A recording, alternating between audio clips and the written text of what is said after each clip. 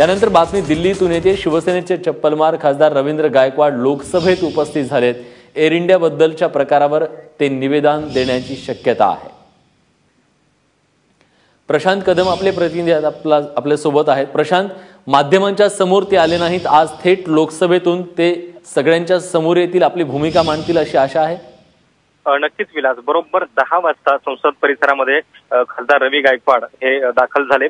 सगळ्या मीडियाच्या गदारोळाला चुकवत ते शिवसेनेच्या पक्ष कार्यालयामध्ये आता पोहोचलेले आहेत आणि त्या ठिकाणी बैठक सुरू आहे।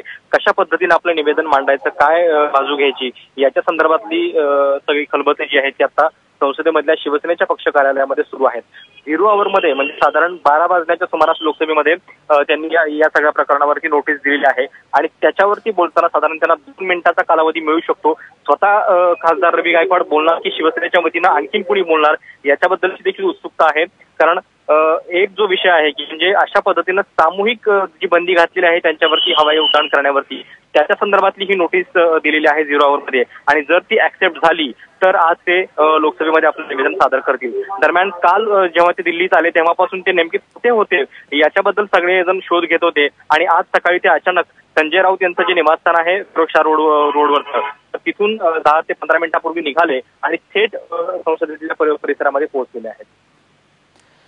धन्यवाद प्रशांत, तुम्ही दिलेल्या सगळ्या सविस्तर माहितीबद्दल। तेव्हा ते लोकसभेत नेमकं काय बोलतात यावर आपली नजर असणार आहे।